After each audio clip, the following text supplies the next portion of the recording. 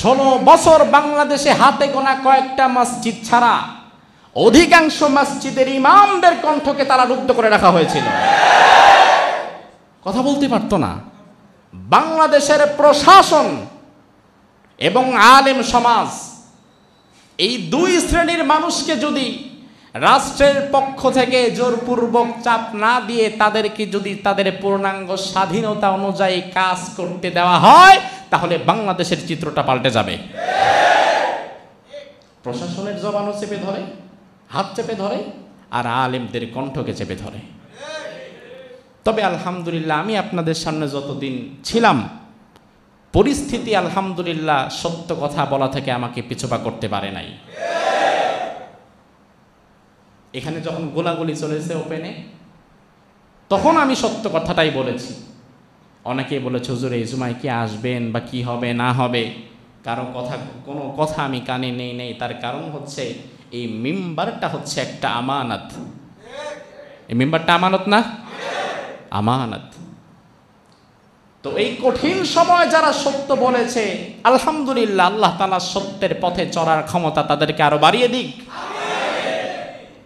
আপনারা জানলে খুশি হবেন, বিগত প্রায় এই 3 বছর হয়ে যাচ্ছে, এই মসজিদের কমিটির কোনো একজন ব্যক্তি আমার সাথে কোনোদিন যোগাযোগ করে কথা বলে নাই যে হুজুর এই বিষয়ে কথা বলবেন না, বা এই বিষয়ে বললেন না, এই বিষয়টা একটু চাপ দেন, এই বিষয়টা একটু আসতে বলেন, বা এটা না বলা দরকার।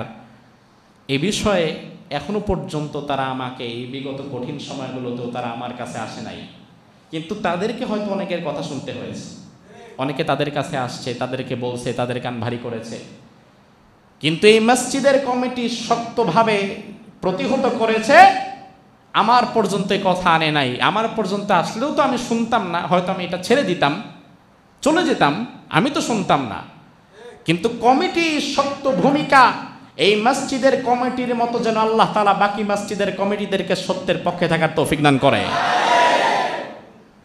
দুনিয়ার কাউকে পরোয়া করে একজন আলেম কথা বলতে পারে না, কারণ আমি কি কথা বলবো না বলবো সেটা আপনার থেকে আমার শিখতে হবে কেন? 2 জুমা আগে আমাকে বলা হলো সরকারি মসজিদে যাওয়ার জন্য। বলা হলো সেখানে বড় একজন অফিসার, আমি বললাম না, উনি আসবেন তো কিছু দিক নির্দেশনামূলক কথা আপনাকে বলবেন।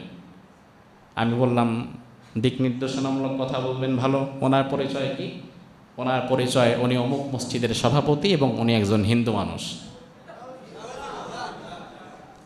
আমি যখন শুনলাম হিন্দু মানুষ, আমি বললাম আচ্ছা ঠিক আছে, আমি তো ব্যস্ত আছি, আমি দেখি যেতে পারি কিনা। অন্যান্য মসজিদের ইমাম খতিবরা তারা চলে গেছে। এরপরে আমাকে বলা হলো আপনাকে এতবার করে বললাম, আপনি আসলেন না। এই কথা আপনাদেরকে আগে জানাইও নাই, আজকে জানাচ্ছি। আমি বললাম শোনেন, আমি বললাম আমি কি বলবো আর কি বলবো না কোন হিন্দুর কাছ থেকে শেখার জন্য আমি আলেম হই নাই, বরং আমি কি বলবো আর কি বলবো না সেটা আমার আল্লাহ তাআলা 1000 বছর আগে কোরআনে কারীম নাজিল করে আমারে শিখিয়ে দিয়েছে। কোনটা বলা লাগে আর কোনটা বলা লাগে না ওইটা বুঝি না আমরা। তো আপনি কে? যদি আপনি মনে করেন আপনি সব ঠিক করবেন, তাহলে আপনি আসেন, আপনিই কথা বলেন, আমাকে কথা বলতে হবে না। তো এই জন্য আলেমদের উচিত সব সময় সত্যের পক্ষে থাকা, ন্যায়ের পক্ষে থাকা। ন্যায়ের পক্ষে থাকলে, সত্যের পক্ষে থাকলে সাহায্য করবেন কে? আল্লাহ। সে আল্লাহ বলছেন, বান্দা ইদা জা নাসরুল্লাহ, যখন আমি আল্লাহর সাহায্য আসবে, ওয়াল ফাতহ, তারপরেই আসবে বিজয়। আল্লাহ বুঝিয়ে দিলেন, বান্দা দুনিয়াতে কোনো জাতি কোনো দিন আমি আল্লাহর সাহায্য ছাড়া বিজয় অর্জন করতে পারবে না। এই বিজয় তো আমরা বহুবার অর্জন করেছি। বিজয় অর্জন করাটা যতটা না কঠিন, এই বিজয়কে ধরে রাখা, এই বিজয়ের উপরে টিকে থাকা তার চাইতে বেশি কঠিন, ঠিক না? 47 একবার আমরা বিজয় অর্জন করতে পারলাম, ধরে রাখতে পারলাম না। 71 আবার বিজয় অর্জন করতে পারলাম, ধরে রাখতে পারলাম না। আবার যে বিজয় আপনারা অর্জন করার খুশিতে নাচানাচি করছেন, এটা কতক্ষণ ধরে রাখতে পারবেন তারও ঠিক নাই। কারণ ভবিষ্যতে যারা আসবে তারা যে জালিম এবং স্বৈরাচার হবে না, এই গ্যারান্টি আপনারা দিল কে? এই গ্যারান্টি আপনাকে কে দিয়েছে? আপনি দেখেন, এ পর্যন্ত ৭১ সালে বাংলাদেশ সহকারে পৃথিবীর সমসাময়িক সময়ে অনেক দেশ স্বাধীনতা অর্জন করেছে। আরব আমিরাত ১৯৭১ সালের ২ ডিসেম্বর, কাতার ১৯৭১ সালের ৩ সেপ্টেম্বর, সিঙ্গাপুর ১৯৬৫ সালে, আমাদের ৫ বছর আগে। সাম্প্রতিক সময়ে স্বাধীনতা অর্জন করেছে কাতার, আরব আমিরাত, সিঙ্গাপুর, বাংলাদেশ। আর আজকে সিঙ্গাপুর কোথায়, কাতার কোথায়, আরব আমিরাত কোথায়, আর আমরা কোথায়? তার কারণ হচ্ছে স্বাধীনতার পর থেকে এই পর্যন্ত যারাই রাষ্ট্র পরিচালনার দায়িত্বে এসেছে তারা পরকালের জবাবদিহিতা মাথায় রেখে কাজ করে নাই, তারা আল্লাহর ভয় নিয়ে কাজ করে নাই, মানব সেবাকে তারা মানব সেবার জায়গায় রাখে নাই, বরং জনগণের সম্পদ তছরূপ করে গোটা দেশ ও জাতির সাথে গাদ্দারি করেছে। আজ নতুন প্রত্যয়ে যে অস্থায়ী সরকার গঠিত হয়েছে তাদের কাছে আমাদের অনুরোধ, আমরা এই দেশে শান্তিপূর্ণভাবে বাস করতে চাই। ইনসাফ ভিত্তিক একটা রাষ্ট্র আমরা আপনাদের কাছে চাই। এটা আমরা চাই না? আপনারা এখন অনেকে চিন্তা করতেছেন যে পূর্বে যারা ভিন্ন দল করেছে আমরা তাদের বাড়িঘর লুট করব, বাড়িঘর নষ্ট করে দেব, তাদের ব্যবসা বাণিজ্য নষ্ট করে দেব। এ বিষয়টা অত্যন্ত গর্হিত কাজ। প্রতিহিংসার রাজনীতি থেকে আপনাকে বের হতে হবে ভাই। তার কারণ হচ্ছে, শোনেন, তার কারণ হচ্ছে ওই মানুষটার সাথে যদি আপনার মতো পার্থক্য থেকেও থাকে, ভুলে যান না ভাই, প্রতিশোধ পরায়ণতার যদি আপনি সারা জীবন ধরে রাখেন এ দেশটা কোনোদিন আগাতে পারবে না। গত ১৫ বছর আপনারা মার খেয়েছেন, আবার 10 বছর হয়তো তারা মার খাবে, আবার যদি কখনো তারা আসে আবার মার খেতে হবে। অর্থাৎ দুই দলের কামড়া কামড়িতে তো দেশটাই নষ্ট হয়ে যাবে। এসব কিছু বাদ দিয়ে দেশ গড়ার দিকে নজর দেন। এ দেশটা আমাদের সবার। আওয়ামী লীগ, বিএনপি, জামাত, জাতীয় পার্টি, হেফাজত, খেলাফত, ইসলামী আন্দোলন সহকারে আমরা যারা রাজনৈতিক ফিগার না, রাজনীতি করি না, এই দেশটা তো আমাদের সবার। এই দেশে আমরা শান্তিপূর্ণভাবে বাস করতে চাই। আল্লাহ তাআলা যেন এই দেশে একটা শান্তির সমাজ গঠন হয়েছে এমন দৃশ্য আমাদের চোখে দেখার তৌফিক দান করুক। আমরা বলি আমিন। এটা আমাদের সবার প্রাণের দাবি। বিশ্বাস করেন, অন্তত পক্ষে আমি কোনোদিন চাই না যে আমার ভিন্ন মতের কাউকে এমন কষ্ট দেওয়া হোক যেই কষ্টটা আমি দিলে আমি সহ্য করতে পারবো না। এটা আমি চাই না ভাই। আমার ভিন্ন দলের ভিন্ন মতের কাউকে এমন অবস্থায় নিয়ে যাওয়া হোক যে অবস্থায় আমি গেলে আমি সহ্য করতে পারতাম না। আমিও মানুষ, সেও মানুষ, সে একটা মত তার পছন্দ, আমার ওই মতটা পছন্দ না, এটাই তো শুধু পার্থক্য। কিন্তু তাই বলে তো তার বাড়িঘর জ্বালিয়ে দেওয়া, তার ব্যবসা বাণিজ্য জ্বালিয়ে দেওয়া, ধ্বংস করা, কেড়ে নিয়ে যাওয়া, এটা কোনো সুন্দর সমাধান হতে পারে না। আজ যারা 2 দিনের ক্ষমতা পেয়ে ক্ষমতা পানই নাই, তাতেই আপনি যেইভাবে জবরদখল লুটতরা শুরু করেছেন, তাতে তো প্রমাণ হয় ভবিষ্যতে আপনি কোনোদিন ক্ষমতা পেলে আপনি তার চেয়ে বড় জালিম হয়ে যাবেন। কিসের লুটতরাজ করছেন? কোন দেশের সম্পদ নষ্ট করছেন? রাস্তার মোড় থেকে লাইটগুলা খুলে নিয়ে যাচ্ছে। এই লাইটগুলো তো কোনো দল তার বাবার টাকায় বানায় না, এটা তো আমাদের সবার ট্যাক্সের পয়সা। অর্থাৎ আমাদের প্রতিহিংসা যেন গোটা বাংলাদেশকে জ্বালিয়ে পুড়িয়ে নষ্ট করে দিচ্ছে। এই প্রতিহিংসা থেকে আপনাকে বের হতে হবে। যদি ইমানদার হন, মুসলমান হন, এই প্রতিহিংসা থেকে বের হয়ে দেশের প্রতিটি সম্পদের দিকে আপনাকে আমানতের দৃষ্টিতে তাকাতে হবে, লোভের দৃষ্টিতে নয়। আমরা চাই না আমাদের ভিন্ন দলের ভিন্ন মতের কোনো মানুষও কষ্ট পেয়ে যায়। ভিন্ন মতকে কষ্ট দেওয়ার জন্য পৃথিবীর ভয়ঙ্করতম নৃশংস জায়গা বানানো হয়েছে, নাম হচ্ছে আয়নাঘর। নাম শোনেন নাই? বিগত 15-16 বছরে মানুষদেরকে এখন সেই খবর উঠে আসছে, সে আয়নাঘরের বন্দি যারা ছিল তারা বলছে এত নৃশংসতা সেখানে। ডিজিএফআইআর অফিসের নিচে, মাটির নিচে অবস্থিত এমন এক জায়গা যেখানে কোনো দরজা নাই, জানালা নাই, কবরস্থান, আলো নাই, বাতাস নাই, কোনো মতো বেঁচে থাকার যায়। খাবারের মেনু হচ্ছে প্রচণ্ড দুর্গন্ধযুক্ত মাছের কাটা আর দুর্গন্ধযুক্ত পচা ভাত। এগুলো খেয়ে একজন মানুষকে সেখানে দিনের পর দিন সারভাইভ করতে হয়, যেটা পৃথিবীর নৃশংসতাকে হার মানিয়ে দেয়। আমি চাই না ভিন্ন মতের কাউকেও সেখানে রাখা হোক। আমি চাই বাংলাদেশ থেকে এই সকল ভয়ঙ্করতম টর্চার সেল, যেখানে বনি আদমদেরকে ধরে ধরে এইভাবে নৃশংসভাবে কষ্ট দেওয়া হয়, আমি চাই এই আয়নাঘর যেন বিলুপ্ত করে দেওয়া হয়। আমি চাই না ভাই এখানে কাউকে কষ্ট দেয়া হয়। এই কষ্ট আপনি সহ্য করতে পারবেন না, আপনি কেন আরেকজনের কষ্ট চান? সে তো মানুষ, আপনি কেন তার এই কষ্টটা চান? আমি চাই না। মানসিকতা পাল্টান, মানসিকতা পরিবর্তন করেন। আরেকজন মেরেছে বলেই তাকে আমাকে মারতে হবে, দরকার কি? মাফ করে দেন। পৃথিবীতে মাফ করার চাইতে বড় প্রতিশোধ আর কিছুই নাই। ও মাফ করতে পারে নাই, আমি মাফ করে দিয়েছি। ও আঘাত করেছে, আমি মাফ করে দিয়েছি। এটা ছিল রাসূলুল্লাহর আদর্শ, যেইভাবে ইসলাম এগিয়ে গিয়েছে, ঠিক কি না? রাসূলুল্লাহর আদর্শ ছিল এটা। এই জন্য আল্লাহ রাব্বুল আলামিন নবী মুহাম্মদুর রাসূলুল্লাহকে ডেকে বললেন, নবী, আমি আল্লাহ তাআলা যখন বিজয় দেব, আমি আল্লাহ যখন সাহায্য করব, তখনই আপনার উপরে বিজয় আসবে। আমি আল্লাহর সাহায্য ছাড়া কখনো বিজয় অর্জন করা সম্ভব হবে না। ও ভাই আমার, আপনি যেই কষ্ট সহ্য করেছেন, আপনি যেইভাবে ঘর ছাড়া হয়েছেন, আপনি যেইভাবে বাড়ি ছাড়া হয়েছেন, আল্লাহর হাবিব সাল্লাল্লাহু আলাইহি ওয়াসাল্লাম তিনিও কিন্তু ঘর ছাড়া হয়েছিলেন, তিনিও বাড়ি ছাড়া হয়েছিলেন। তিনাকেও শিবে আবি তালেবে 3 বছর কারারুদ্ধ থাকতে হয়েছে। অর্থাৎ আপনার চাইতে কোনো অংশে রাসূল কিন্তু কম নির্যাতনের শিকার হন নাই। অবশেষে আল্লাহ রাব্বুল আলামিন রাসূলুল্লাহকে ডাক দিয়ে বললেন, নবী, আর মক্কায় থাকা যাবে না।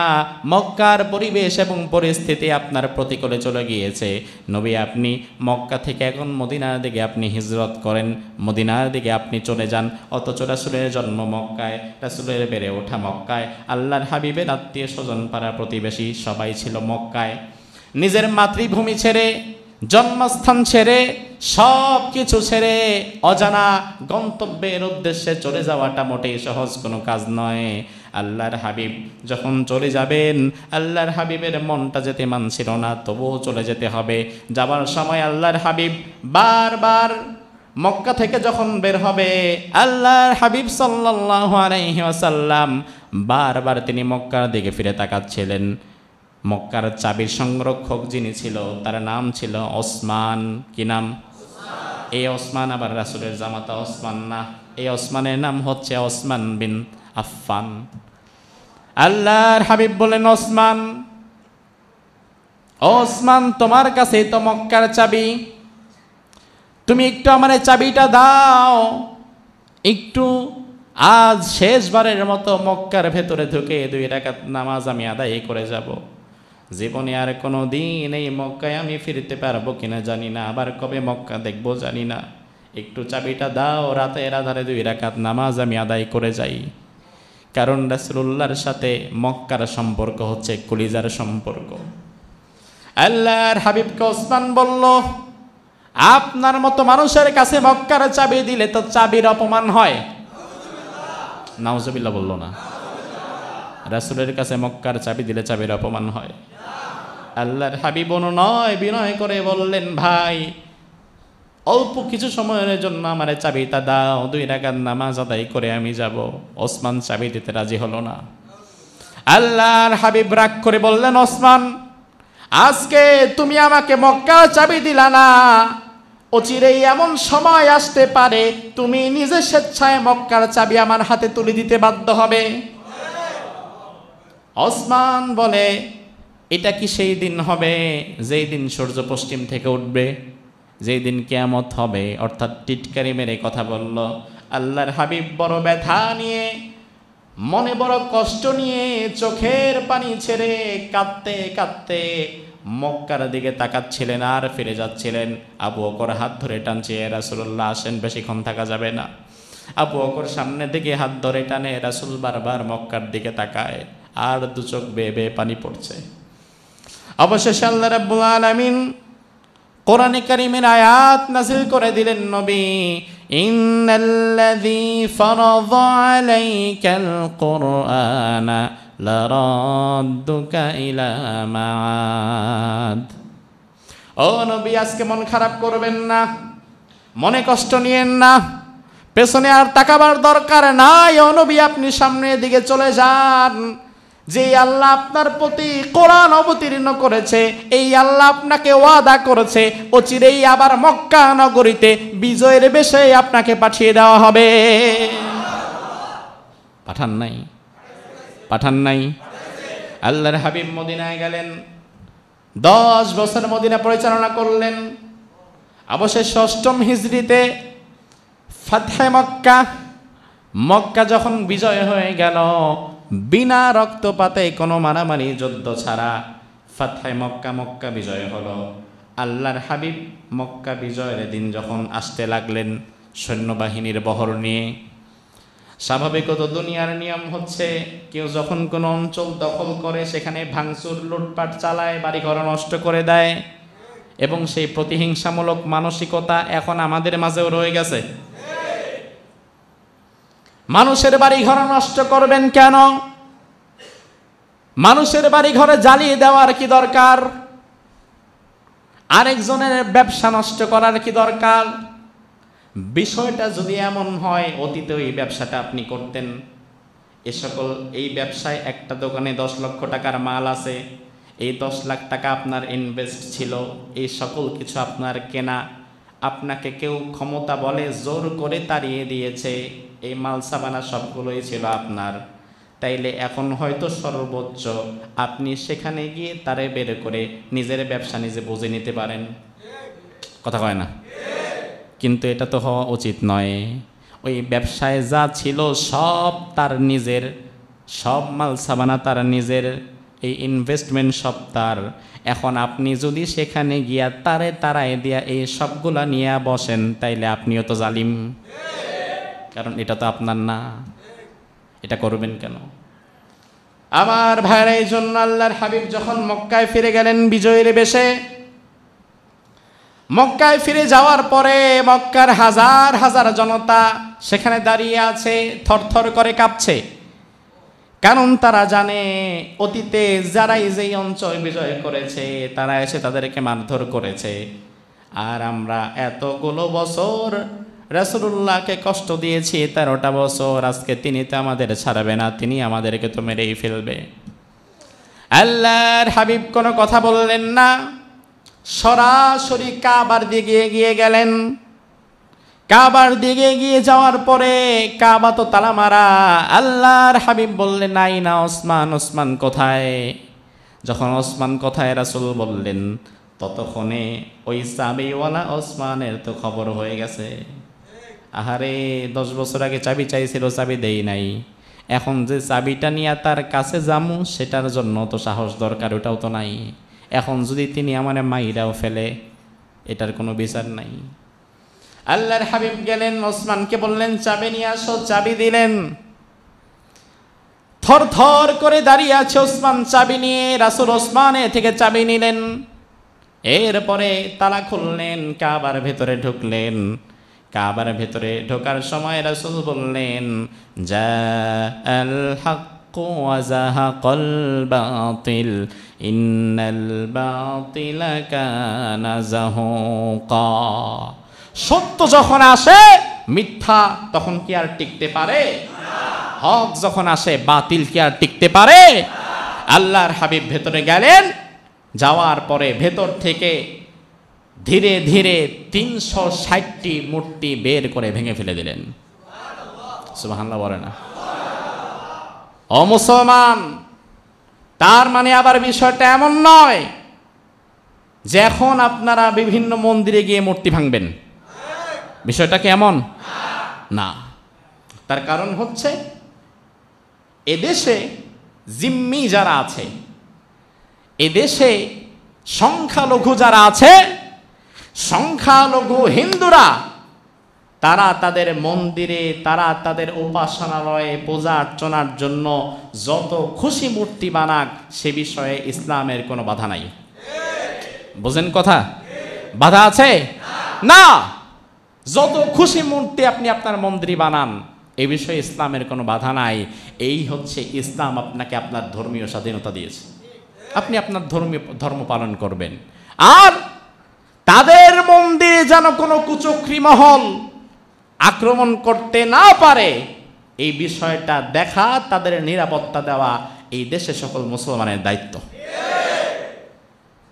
বিভিন্ন জায়গা থেকে আমাদের কাছে খবর এসেছে মন্দিরে নাকি কারা আক্রমণ করেছে। আমি গত 3 দিন আগে সাভারে এসেছিলাম আপনাদের মসজিদে, তখন কিছু কথা প্রসঙ্গে বলেছিলাম আশেপাশের মন্দিরের লিস্ট করেন, সেখানে প্রয়োজনীয় মুসল্লিদের থেকে একটা কমিটি গঠন করে দেয়া হোক, তারা মন্দির পাহারা দিবে। আমি আমার এলাকায় আশুলিয়াতে, আমি যেখানে থাকি, আমাদের এলাকায় 4টা মন্দির আছে। 40টা মসজিদের ইমামকে নিয়ে আমি গতকাল ফজরের পরেও বৈঠক করেছি। তাদেরকে বলেছি, আসেন, কোনো হিন্দুর বাড়িঘর, কোনো হিন্দুর মন্দিরে কেউ যেন আক্রমণ করতে না পারে। আপনারা জেনে খুশি হবেন, সেখানে আলহামদুলিল্লাহ 40টা মসজিদের ইমামদেরকে নিয়ে আমরা প্রতি রাতে 4টা মন্দির পাহারার ব্যবস্থা করেছি। এটা ইসলাম, কারণ তার গায়ে যেন কেউ হাত নিতে না পারে। এই মুহূর্তে এমন তো ষড়যন্ত্র হতে পারে, মন্দিরে আক্রমণ করে হিন্দুদেরকে আক্রমণ করবে একটা মহল, আর বিশ্ব মিডিয়ায় দেখানো হবে, ছোট করা হবে, ইসলামকে জঙ্গিবাদ হিসাবে দাঁড় করিয়ে দেয়া হবে। এই অপচেষ্টা তো করতে দেয়া যায় না। এই কাজগুলো আপনারা করতে পারেন। এই জন্য হিন্দুর মন্দিরে আক্রমণ করতে যাবেন না। কোন বিধর্মীদের উপাসনালয় থেকে আপনি মূর্তি ভাঙতে পারবেন না। এই অথরিটি ইসলাম আপনাকে দেয় নাই। তবে হ্যাঁ, 18 কোটি মুসলমানের দেশে মুসলমানদের ট্যাক্সের পয়সা নিয়ে রাস্তার মনে মনে বাপ দাদার ভাস্কর্য আর মূর্তি তৈরি করার পারমিশন আপনাকে দেওয়া হয় না। এটা করতে পারবেন না, কারণ এখানে আমার টাকা আছে। আপনি আমার টাকা দিয়ে মূর্তি বানাচ্ছেন কেন? এটা তো হারাম। রাসূল বলেছেন, বুইসতু লিউকাসসিরাল আসনাম, দুনিয়াবাসী শোনো, আমি নবী মুহাম্মদুর রাসূলুল্লাহকে পাঠানো হয়েছে যেন শিরিক বিদায় করে মূর্তিগুলোকে ভেঙে দেই। রাসূল যে মূর্তি ভাঙার জন্য এসেছে, আর আপনি যদি মুসলমান হয়ে সেই মূর্তি বানান, আপনি ইমানদার হতে পারেন না। কনসেপ্টটা ক্লিয়ার? আবার ভালো করে বোঝেন, বিধর্মীদের মূর্তির গায়ে একটা ফুলের টোকাও আপনি দিতে পারবেন না। তারা তাদের মূর্তি যত খুশি তাদের মন্দিরে বানাবে, পূজা অর্চনা করবে, ওখানে আপনি যেতে পারবেন না। বরং ওখানে আপনি শুধুমাত্র তাদেরকে নিরাপত্তার দায়িত্বে যদি নিয়োজিত হন তখন যাবেন। তাছাড়া মন্দিরের মূর্তির উপরে আপনি আক্রমণ করতে পারবেন না। কিন্তু তার মানে আবার এই না যে রাস্তার মনে মনে আপনাকে ভাস্কর্য এবং মূর্তি বানানোর অধিকার ইসলাম দিয়েছে, বিষয়টা এমনও না। এটা আপনি করতে পারবেন না। বাংলাদেশ থেকে অনেক ভাস্কর্য এবং মূর্তি আমি দেখলাম ভাঙা হয়েছে। এখন আবার দেখলাম অনেক জায়গায় আমাদের কিছু ছাত্র বন্ধুরা তারা আবার এই ভাস্কর্য আবার মূর্তি বানাচ্ছে। তারা হয়তো না বুঝে বানাচ্ছে। আমরা আমাদের সে সকল ছাত্র বন্ধু ভাই বোনদেরকে বলতে চাই, যদি ইমানদার হও, যদি মুসলমান হও, যদি আল্লাহ তাআলাকে বিশ্বাস করো, রাসূলুল্লাহকে বিশ্বাস করো, আখিরাত বিশ্বাস করো, পরকাল বিশ্বাস করো, আল্লাহর কাছে জবাব দিতে হবে, এই থিওরি যদি বিশ্বাস করে থাকো, রাস্তার মনে মনে কারো মূর্তি এবং ভাস্কর্য বানাবার জন্য তোমরা যাবে না। হ্যাঁ, সৌন্দর্য মণ্ডিত করার জন্য তোমরা শাপলা ফুল বানাতে পারো, বা কোনো এমন আকৃতি দিতে পারো যেটা কোনো প্রাণীর আকৃতি না। শাপলা ফুল বানাতে পারো, গোলাপ ফুল বানাতে পারো, একটা রেহাল বানাতে পারো, কোরআন বানাতে পারো, সুন্দর গম্বুজ বানাতে পারো, ঠিক কি না? এই ধরনের সৌন্দর্যমণ্ডিত কাজ তো করাই যেতে পারে, কিন্তু কারো মূর্তি বানাবা না, কারণ এটা হারাম। ইসলাম এটা চূড়ান্তভাবে হারাম করেছে। আল্লাহ তাআলা এই হালাল এবং হারাম আমাদেরকে বোঝার তৌফিক দান করুক, আমরা বলি আমিন। আল্লাহর হাবিব এবার কাবা থেকে বের হলেন। আলী রাদিয়াল্লাহু আনহু হয়ে গিয়ে সে বলল, ইয়া রাসূলুল্লাহ, কাবার চাবিটা এখন আমার হাতে দিয়ে দেন, কারণ কাবার চাবি যার কাছে থাকবে তার মর্যাদা কি কমবে না বাড়বে? আল্লাহর হাবিব বললেন না। আবু বকর বলল, ইয়া রাসূলুল্লাহ, আমি হিজরতের সাথী, তাইলে চাবিটা আমার কাছে দিয়ে দেন। আল্লাহর হাবিব বললেন না। ওমর বললেন, ইয়া রাসূলুল্লাহ, আমাকে আপনি ফারুক-এ আযম বলেছেন, তাইলে কাবার চাবিটা আমার কাছে দিয়ে দেন। রাসূল বললেন না।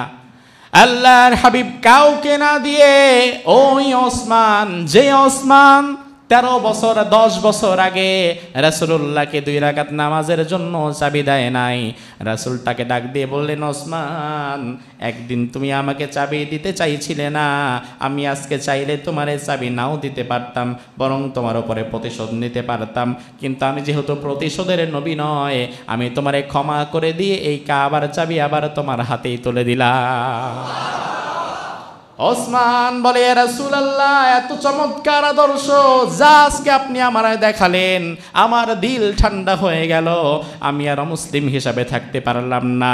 রাসূলুল্লাহর হাতে হাত রেখে ওসমান পড়ে নিল, লা ইলাহা ইল্লাল্লাহু মুহাম্মাদুর রাসূলুল্লাহ সাল্লাল্লাহু।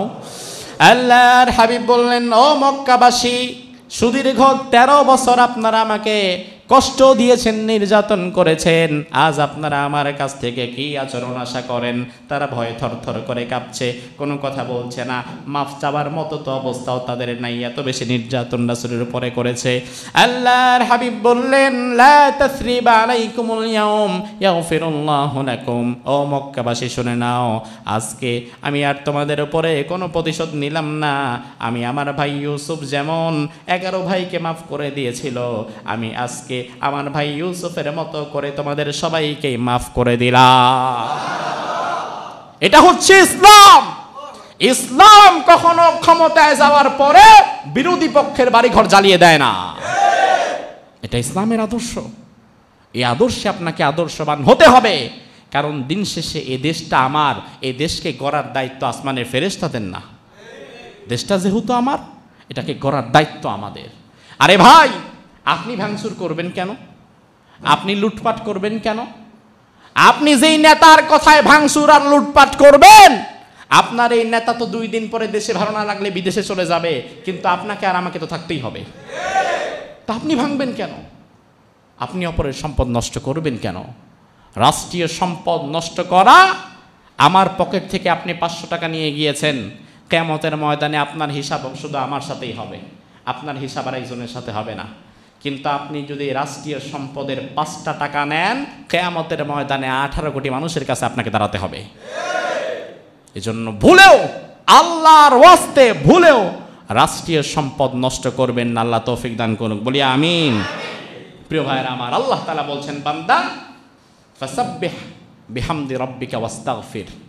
বিজয় তোমরা যখন পেয়ে যাবে, বিজয়ের আনন্দে আত্মহারা হয়ে যেও না, বরং বিজয় পাওয়ার পরে তোমাদের প্রথম কাজ হচ্ছে তোমরা তাসবিহ করবা কার? বলেন সুবহানাল্লাহ। বিজয় পাওয়ার পরে তোমাদের 2 নাম্বার কাজ হচ্ছে বিহামদি রাব্বিক, তোমরা প্রশংসা করবা কার? বলেন আলহামদুলিল্লাহ। এরপরে আল্লাহ বলছেন, বান্দা বিজয় পাওয়ার পরে তোমাদের 3 নাম্বার কাজ হচ্ছে ওয়াস্তাগফির, ইস্তিগফার করবা কার কাছে? ক্ষমা প্রার্থনা করবে কার কাছে? সবাই বলেন একবার আস্তাগফিরুল্লাহ। আল্লাহ তাআলা আমাদেরকে বিজয় পরবর্তী কর্মসূচি দিয়েছেন, বিজয় পরবর্তী মানসিকতা কী হবে সেটা শিখিয়েছেন। আজ এই মুহূর্তে বাংলাদেশের অন্তর্বর্তীকালীন সরকারে যারা আছে, আপনাদেরকে গত 3 দিন আগে যখন আমি এসেছিলাম, আমি আপনাদেরকে বলেছিলাম সমন্বয়কদের সাথে আমরা আলেমদের একটা অংশ কথা বলেছি। ওই যে ওই দিন ছিলেন না অনেকেই? ওই দিন অনেকেই ছিলেন। তো ওই যে ওই দিন সকালে আমরা কথা বলেছি সমন্বয়কদের সাথে, এবং সেখানে আমি সহ আমরা যারা ছিলাম, আমরা বলেছি, দেখেন, আপনারা ডক্টর ইউনূসকে দিবেন না কারে দিবেন সেটা আপনাদের বিষয়, কারণ সে বিষয়ে আমরা কথা বলতে পারবো না, বা বললেও আপনারা শুনবেন না। তবে আমাদের পক্ষ থেকে একটা কথা হচ্ছে, এই দেশে আলেমদের পক্ষ থেকে একজন জনপ্রতিনিধি থাকা দরকার। এবং আমরা সেখানে যাদের নাম প্রস্তাব করেছিলাম, সমন্বয়করা তাদের মধ্য থেকে শায়েখ আহমদুল্লাহ ভাইকে পছন্দ করেছে, এবং আহমদুল্লাহ ভাইকে তারা ফোন করেছে। এবং বর্তমান সরকারের এই উপদেষ্টা মণ্ডলীতে যারা থাকবে, তারা কিন্তু মন্ত্রীদের পদমর্যাদায়, এটা জানেন তো, মন্ত্রীদের পদমর্যাদায় আহমদুল্লাহ ভাইকে তারা ফোন করেছে, হুজুর আপনি থাকেন। শেখ আহমদুল্লাহ ভাই মাশাআল্লাহ, তার বিনয় এবং তাওয়াদু ইখলাস দেখে আমি অবাক হয়েছি। শেখ আহমদুল্লাহ হাফিজাহুল্লাহকে ফোন করা হয়েছে, বারবার বলা হয়েছে আপনি থাকেন, তিনি বলেছেন না, আমি হয়তো আমার এই জায়গার জন্য, আপনাদের এই জায়গার জন্য আমি হয়তো উপযুক্ত না। তিনি বিনয়ের সাথে সরে গিয়ে আরেকজন আলেমকে সেখানে এগিয়ে দিয়েছেন। আলহামদুলিল্লাহ বলবেন না? এই মানসিকতাই তো আপনাকে থাকতে হবে। আমি আমার চাইতে আমি আমার ভাইকে আগিয়ে দিব, আপনি আপনার ভাইকে বড় করে দেন, আপনাকে বড় করে দিবেন কে? আল্লাহ তাআলা বড় করে দিবে। এজন্য অন্তর্বর্তীকালীন সরকারে আজ আপনারা যারা আছেন, আপনাদের কাছে আমাদের একটা শান্তিপূর্ণ বিনীত আবেদন আছে, সেটা হচ্ছে এই 56,000 বর্গ মাইলের এই বাংলাদেশ, যে বাংলাদেশটা এত চমৎকার একটা জায়গা, যেখানে আলহামদুলিল্লাহ 92% মুসলমান এই দেশে আমরা বাস করছি। নদ নদী বিস্তৃত, সবুজ শ্যামল, শস্য শ্যামলিমায় ভরা এই চমৎকার ভূখণ্ড বাংলাদেশ, যেখানে রয়েছে প্রচুর পরিমাণে মানব সম্পদ এবং যেখানে রয়েছে আল্লাহ প্রদত্ত অনেক খনিজ সম্পদ। এই চমৎকার দেশ, এইটাকে যদি ইনসাফপূর্ণভাবে পরিচালনা কেউ করতে পারে, আমি বিশ্বাস করি বাংলাদেশটা পৃথিবীর প্রথম সারির দেশে পরিণত হতে পারবে। এজন্য আমরা ভারতপন্থী সরকার চাই না, আমরা আমেরিকাপন্থী সরকারও চাই না, আমরা চীন কিংবা রাশিয়াপন্থী সরকার চাই না। আমরা চাই মদিনাপন্থী সরকার, যে সরকার কোরআন দিয়ে রাষ্ট্র পরিচালনা করতে পারে। তার কারণ হচ্ছে রাসূলুল্লাহর যে দেশ ছিল, যেখানে রাসূলুল্লাহ শাসন পরিচালনা করেছিলেন, সেই মদিনা আগে মদিনা ছিল না, ওই মদিনার আগের নাম ছিল ইয়াসরিব। কি নাম? ইয়াসরিব মানে হচ্ছে প্রতিশোধ প্রবণতা। রাসূল সেখানে গিয়ে বললেন, আজকে থেকে আমার এই ইয়াসরিবে, এই শহরে কোনো প্রতিশোধ হবে না, কোনো যুদ্ধ হবে না, কোনো মারামারি হবে না, হামলা হবে না, অভ্যন্তরীণ কোনো কোনো কোন্দল হবে না, অভ্যন্তরীণ কোন্দল, দলীয় রাজনীতি, পারিবারিক রাজনীতি, কিচ্ছু হবে না। এই সব কিছুকে উঠিয়ে দিয়ে রাসূলুল্লাহ কোরআন দিয়ে মদিনা পরিচালনা করলেন এবং সেই ইয়াসরিব থেকে শহরটা হলো মদিনা। শুধু মদিনাই তো না, ওই শহর হয়ে গিয়েছিল সোনার ওই সোনার মদিনার সাথে আমার দেশের নামের একটা মিল আছে না নাই? কি নাম? সোনার বাংলা। যদিও এতদিন এটা ছিল শ্মশান বাংলা। কিন্তু আপনারা যারা আছেন, যদি ইনসাফের সাথে রাষ্ট্র পরিচালনা করতে পারেন কোরআন দিয়ে, বিশ্বাস করো মুসলমান, সোনার মদিনার মতো সোনার বাংলা হয়ে যাবে। এজন্য আমরা আপনাদের প্রচলিত ধারার রাজনীতির সাথে আমরা একমত নই। আমরা হচ্ছি আল্লাহ তাআলা কোরআনে যা বলেছে, রাসূল হাদিসে যা বলেছে, আপনারা সেই অনুযায়ী পরিচালনা করবেন। আল্লাহ তাআলা যেন তৌফিক দান করে, বলি না আমিন।